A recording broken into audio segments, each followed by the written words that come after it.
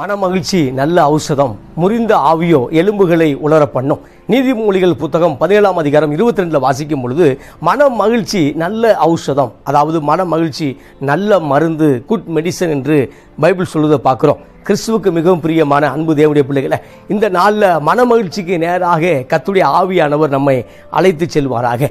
Bible அநேக இடங்களில் மன மகிழ்ச்சியாக இருக்க வேண்டும் என்று பைபிள் போதிக்கிறது. மன மகிழ்ச்சியாக இருக்க தேவன் விரும்புகிறார். எனவே இந்த நாளில் நாம் மன மகிழ்ச்சியாக இருக்கும் பொழுது தான் நம்முடைய ஜெபங்களுக்கு, அநேக ஜெபங்களுக்கு பதில் வரும் என்று பைபிள் சொல்லுது. இந்த நாளில் மனமகிழ்ச்சியோடு இதை கேட்கும்படி தேவன் விரும்புகிறார்.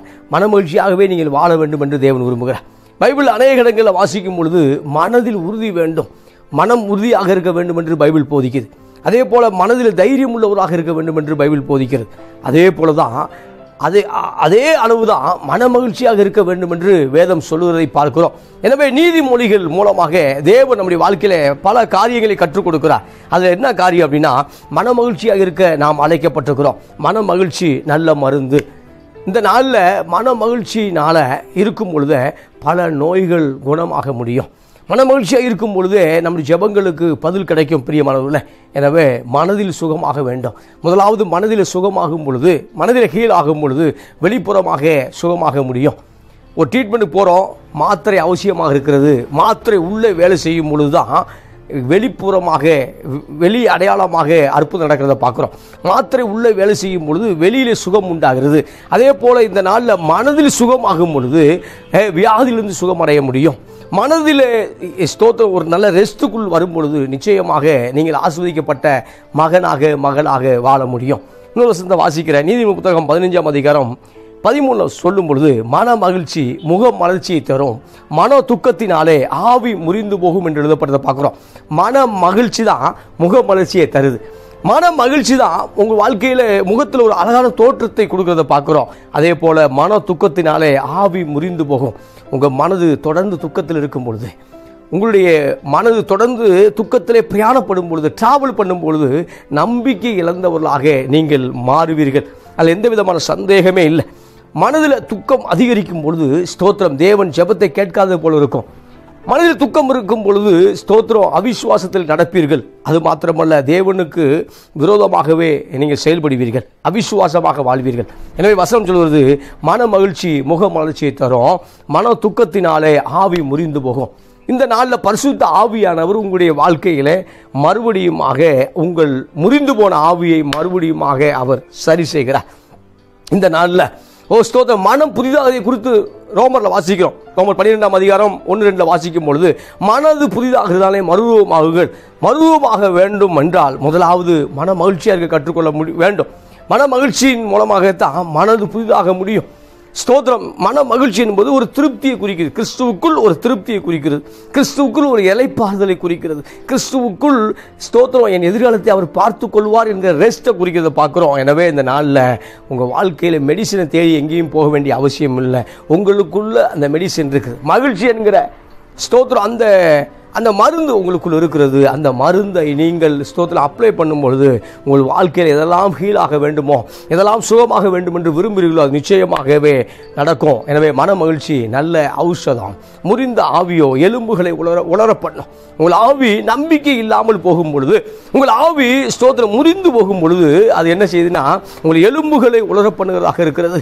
ஸ்தோத்திரம் அந்த தைரியத்தை காயப்படுத்துகிறதாக இருக்கிறது. தைரியத்தை விட்டுவிடக்கூடிய காரியங்களாக இருக்கிறத பார்க்குறோம். இந்த நாளில் நீங்களும் நானும் ரட்சிப்பின் அபிஷேகத்தை பெற்றுக்கொண்ட நாளில் அந்த ரட்சிப்பில் அந்த கிறிஸ்துவை ஏற்றுக்கொள்ளும் போது அந்த இருந்த வேகம் இப்பொழுது இருக்கிறதா என்று நாம் கவனித்து பார்க்க வேண்டும். கிறிஸ்துவுக்குள் நம்ம ஆரம்ப நாட்களில் எவ்வளவு சந்தோஷமாக இருந்தோமோ அதே சந்தோஷம் இப்பொழுது இருக்கிறதா என்று சொல்லி நாம் என்ன செய்ய வேண்டும், நம்மளே ஆராய்ந்து பார்க்க வேண்டும். இந்த நாளில் கிறிஸ்துவுக்கு மிகவும் பிரியமான அன்பு தேவனுடைய பிள்ளைகளை, மனமகிழ்ச்சிக்கு நேராக அழைக்கப்பட்டோம்.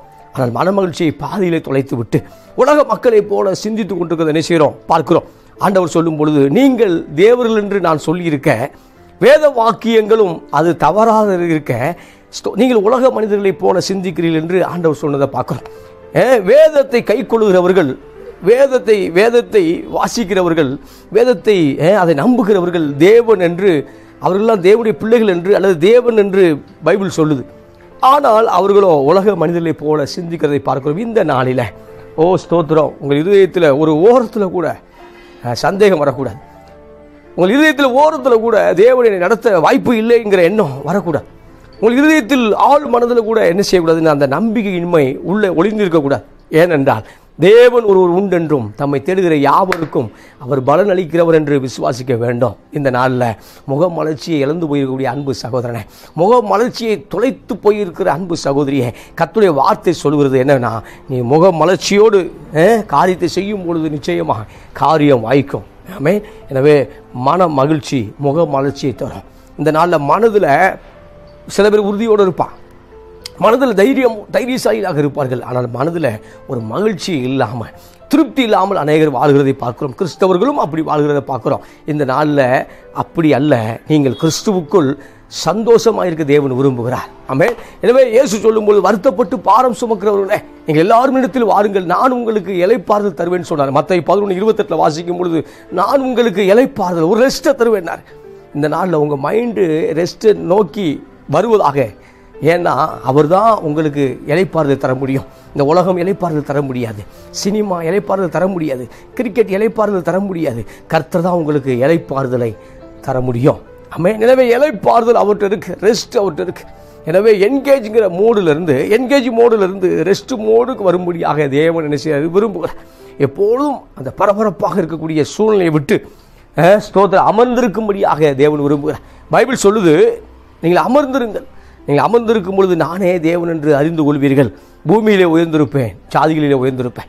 அமர்ந்திருக்கும் பொழுது பைபிள் சொல்லுது, அமர்ந்திருக்கும் பொழுது. இந்த இடத்துல அமர்ந்திருப்பது என்பது நம்ம உட்கார சொல்லலை. அமர்ந்திருப்பது என்னன்னா, உங்களுடைய மனது அமர்ந்திருக்க வேண்டும். உங்களுடைய ஆள் மனது அமர்ந்திருக்கும் பொழுது நிச்சயமாகவே நீங்கள் ஆஸ்வதிக்கப்பட்டவர்களாக மாற முடியும்.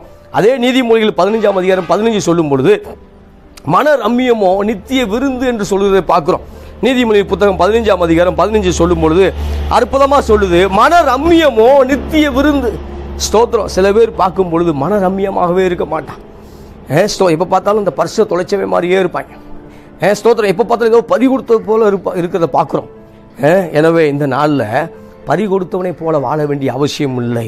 உனக்காக கிறிஸ்து ஒருவர் பரிகாரமாகிவிட்டார், பரிகாரியாக மாறிவிட்டார். உனக்காக எல்லா பரிகாரமும் சிலுவையில் நிறைவேற்றப்பட்டதை பார்க்குறோம். ஆமென். நமக்காக சிலுவையில் பரிகாரம் செலுத்தப்பட்டது. நமக்காக சிலுவையில் ஆண்டவர் எல்லாவற்றையும் செலுத்தி விட்டார். நீங்கள் விசுவாசிக்கும் பொழுது மகிமையை காண முடியும். எனவே மன ரம்மியமோ நித்திய விருந்து. நித்திய விருந்துனா டெய்லி விருந்து. ஆமென் சொல்லுங்களேன். நான் ஏழையாக பிறந்ததுனால, நான் படிக்காமல் இருந்ததுனால, நான் ஜாதி பேக்ரவுண்டு சரியில்லாத இப்படியே சொல்லி இருக்கிறவனுக்கு ஒரு நாளும் மனரம்யமாக இருக்க போவதில்லை. ஆமென். கிறிஸ்தவர்களும் மற்றவர்களைப் போல நான் ஆசீர்வதிக்கப்படவில்லை, மற்ற ஊழியக்காரனை போல நான் ஆசீர்வதிக்கப்படவில்லை என்று ஏதோ ஒரு காரியத்தை சொல்லி புலம்பிக் கொண்டிருக்கிறவர்கள் நிச்சயமாக ரம்மியத்துக்குள்ளாக ஒரு நாளும் வருவதில்லை. ஸ்தோத்திரம். மார்த்தால் ஒரு நாளும் மனரம்யத்துக்குள் வரவே இல்லை. ஆனால் மரியாள் மனரம்யத்துக்குள்ளாக இருந்ததை பார்க்கிறோம். ஏன்னா மன ரம்மியமாக இருக்க வேண்டும் என்றால் நீங்கள் தேவனுடைய பாதத்தை தேடுகிறவர்களாக இருக்க வேண்டும். உங்களுக்குள்ள ஒரு திருப்தி இருக்கணும். என்ன திருப்தினா, தேவன் என்னை நடத்துவார், தேவன் எல்லாவற்றையும் பார்த்து கொள்வார், தேவன் என்னை போஷிப்பார் என்கிற திருப்தியாக இருக்க வேண்டும். எனவே ஏழையாக இருந்தாலும் பணம் இல்லாமல் இருந்தாலும் நீங்கள் மனரம்யமாக இருக்க முடியும். பைபிள் அப்படித்தான் சொல்லுது. அதுக்காக ஏழையாகவே இருக்க விட மாட்டார். ஸ்தோத்திரம். பணம் இல்லாமல் இருந்தால் மனரம்யாமல் இருக்க முடியும். அதுக்காக பணத்தை கொடுக்காம இருக்க மாட்டார். செல்வங்களை அழிக்காமல் இருக்கவே மாட்டார். செல்வங்களை கொடுக்கிற தேவனாக இருக்கிறார். ஏன்னா அவர் யெகோவா ஈரே, எல்லாவற்றையும் பார்த்துக் கொள்கிறவராக இருக்கிறார். எனவே மன ரம்மியம் நித்திய விருந்தாக இருக்கிறத பார்க்கிறோம். இந்த நாளில் நித்திய விருந்துக்கு நேராக அன்பு சகோதரனை கர்த்தர் அழைக்கிறார். நித்திய விருந்துக்கு நேராக அன்பு சகோதரிகளை கர்த்தர் அழைக்கிறார். எனவே மன ரம்மியமோ நித்திய விருந்து. இன்னொரு வசனத்தை வாசிக்க விரும்புகிறேன். சங்கீதம் 37:4 வாசிக்கும் பொழுது, கர்த்தரிடத்திலே மன மகிழ்ச்சியாயிரு, அவர் உன் இருதயத்தின் வேண்டுதல்களை உனக்கு அருள் செய்வார். கர்த்தரிடத்திலே மன மகிழ்ச்சியாயிரு. அவர்கிட்டையும் போய் டென்ஷனாகவே இருக்காது, அவர்கிட்டையும் போய் ஜெபத்தில் போய் ஏதோ புலம்பிட்டு இருக்காது. அவர்கிட்டையும் போய் தேவையை சொல்லாமல் தேவையில்லாத காரியத்தையும் பேசிகிட்டு இருக்காது. ஏன்னா அவர்கிட்டையும் போய் நீ மன மகிழ்ச்சியாயிரு, நீ ஹாப்பியாயிரு. இன்று முதல் ஹாப்பியாயிரு, உன்னை அவர் நடத்துவார். எனவே கர்த்தரிடத்தில் மனமகிழ்ச்சியாக இரு, அவர் உன் இருதயத்தின் வேண்டுதலை உனக்கு அருள் செய்வார். உன் வழிகளை கர்த்தருக்கு ஒப்புவித்து அவர் மேல் நம்பிக்கையாயிரு, அவரே காரியத்தை வாய்க்க பண்ணுவார். இந்த காலை வேளையில் காரியங்கள் வாய்க்காமல் இருக்கிறது, அது தொழிலில் இருக்கலாம், காரியங்கள் வாய்க்காமல் இருக்கிறது என்று சொல்லி பிசினஸில் இருக்கலாம், ஏதோ ஒரு கடை வியாபாரமாக இருக்கலாம், ஏதோ ஒரு காரியமாக இருக்கலாம், காரியங்கள் வாய்க்கவில்லை என்று புலம்பிக் கொண்டிருக்கலாம், அது ஏதோ ஒரு இதாக இருக்கலாம். ஆனால் உன் வழியை கர்த்தருக்கு ஒப்புக்கொடு, அவர் மேல் நம்பிக்கையாயிரு, அவரே காரியத்தை வாய்க்க செய்வார். இந்த நாளில் உன் வாழ்க்கையில் காரியத்தை வாய்க்க செய்கிறார் பிரதர். ஸ்தோத்திரம். உங்கள் வாழ்க்கையில் அநேக காரியங்களை வாய்க்க செய்கிறார் பிரதர். அதில் வாசிக்கிறோம் கர்த்தரத்தில் மன மகிழ்ச்சி ஆயிரு, சந்தோஷமாயிரு, அவர் உன் இருதயத்தின் வேண்டுதலை உனக்கு என்ன செய்வார்? அருள் செய்வார். பைபிள் கர்த்தரத்தில் மன மகிழ்ச்சி ஆயிரு, அப்பொழுது இருதயத்தின் வேண்டுதல் நிச்சயம் என்ன செய்வார்? அருள் செய்வார். உன் வழியை கர்த்தருக்கு ஒப்புவித்து அவர் மேல் என்ன செய்ய? நம்பிக்கையாயிரு. எனவே நம்பிக்கையாயிருங்கள், காரியத்தை கர்த்தர் என்ன செய்வார்? வாய்க்க பண்ணுவார். இந்த நாளில் ஒரு வேலை காரியங்கள் வாய்க்கவில்லை என்று இயங்கக்கூடிய அன்பு சகோதரனே, நிச்சயமாக உன் வாழ்க்கையை ஆசிர்வதிப்பார். அதில் வாசிக்கும் பொழுது உன் நீதியை வெளிச்சத்தை போலவும் உன் நியாயங்களை பட்ட பகலை போலவும் விளங்க பண்ணுவார். ஸ்தோத்திர. மனமகிழ்ச்சியை தொலைத்து விட்டு, எதுக்கு தொலைத்தவன்னா என் நீதி வெளிப்படவில்லை என்று தொலைத்து விட்டோம். நான் செய்யக்கூடிய நியாயங்கள் ஸ்தோத்திரம் வெளிப்படவில்லை என்று நம்ம மனமகிழ்ச்சியை தொலைச்சிட்டோம். அநேகரை பார்க்கும்போது கேட்கும்போது என் ஃபேமிலியில் நான் எவ்வளோ நல்லவனாக இருக்கேன், என் ஃபேமிலிக்கு எவ்வளோ பண்ணுறேன், ஆனால் அவங்க புரிந்து கொள்ளவில்லை என்று சொல்லும் பொழுது அவர்களுக்குள்ளாக மன மகிழ்ச்சியை தொலைத்து விட்டார்கள். ஆனால் வசனம் சொல்கிறது 37:6 வாசிக்கும் பொழுது உன் நீதியை வெளிச்சத்தை போலவும் உன் நியாயத்தை பட்ட பகலை போலவும் விளங்க பண்ணுவா. எனவே ஸ்தோத்திரம். அதனால் நிச்சயம் உன் நீதியை வெளிப்பட பண்ணுவா. உன் நீதியை நிச்சயம் மறைச்சு வைக்க முடியாது. நீங்கள் கர்த்தரை நம்பும் பொழுது உங்கள் நீதியை அதில் வெளியே கொண்டு வருவார். அதில் வாசிக்கும் பொழுது கர்த்தரை நோக்கி அமர்ந்து அவருக்கு காத்திரு, காரிய சித்தி உள்ளவன் மேலும் தீவினைகளை செய்கிற மனுஷன் மேலும் எரிச்சல் ஆகாதே. கர்த்தரை நோக்கி அமர்ந்து அவருக்கு காத்திருக்கும் போது அற்புதம் நடக்கும். காரிய சித்தி உள்ள மேலே கொஞ்சம் திறமையாக ஒருத்தன் ஒர்க் பண்ணுறான் பாருங்க, அவன் மேலெல்லாம் ரொம்ப கோவப்படாத, எரிச்சல் ஆகாத. உன் வேலை வரும்பொழுது கர்த்தர் நிச்சயம் என்ன செய்வார்?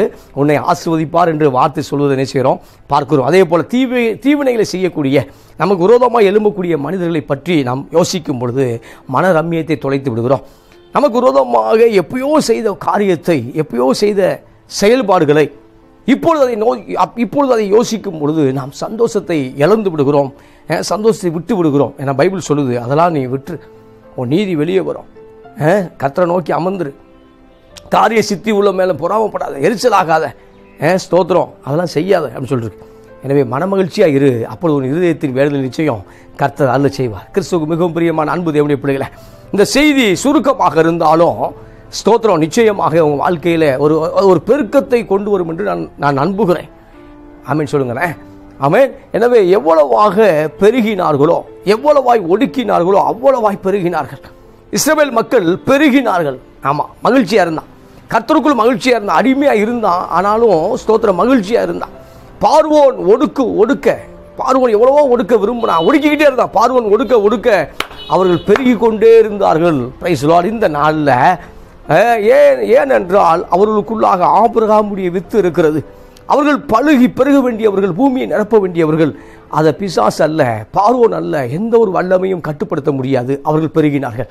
இந்த நாளில் ஸ்தோத்திரம், நீங்கள் பெருக வேண்டியவர்கள், நீங்கள் உங்களை கர்த்தர் அழைத்திருக்கிறார், நீங்கள் ஆசீர்வதிக்கப்பட்டு பெருக வேண்டியவர்கள், நீங்கள் உயர எழும்ப வேண்டியவர்கள். ஸ்தோத்திரம், கர்த்தர் உங்களை உபயோகப்படுத்தி கொண்டிருக்கிறார். நீங்கள் விசுவாசிக்கும் போது மகிமையை காண முடியும். எனவே நீங்கள் ஆசீர்வாதத்தின் சொந்தக்காரர்கள், நீங்கள் ஆபிரகாமுடைய வாரிசாக இருக்கிறீர்கள், யாக்கோபின் தேவனுடைய பிள்ளைகளாக இருக்கிறீர்கள். எனவே இந்த நாளில் நீங்கள் மனமகிழ்ச்சியாக இருக்கும் பொழுது உங்கள் வேண்டுதல் கேட்கப்படும்.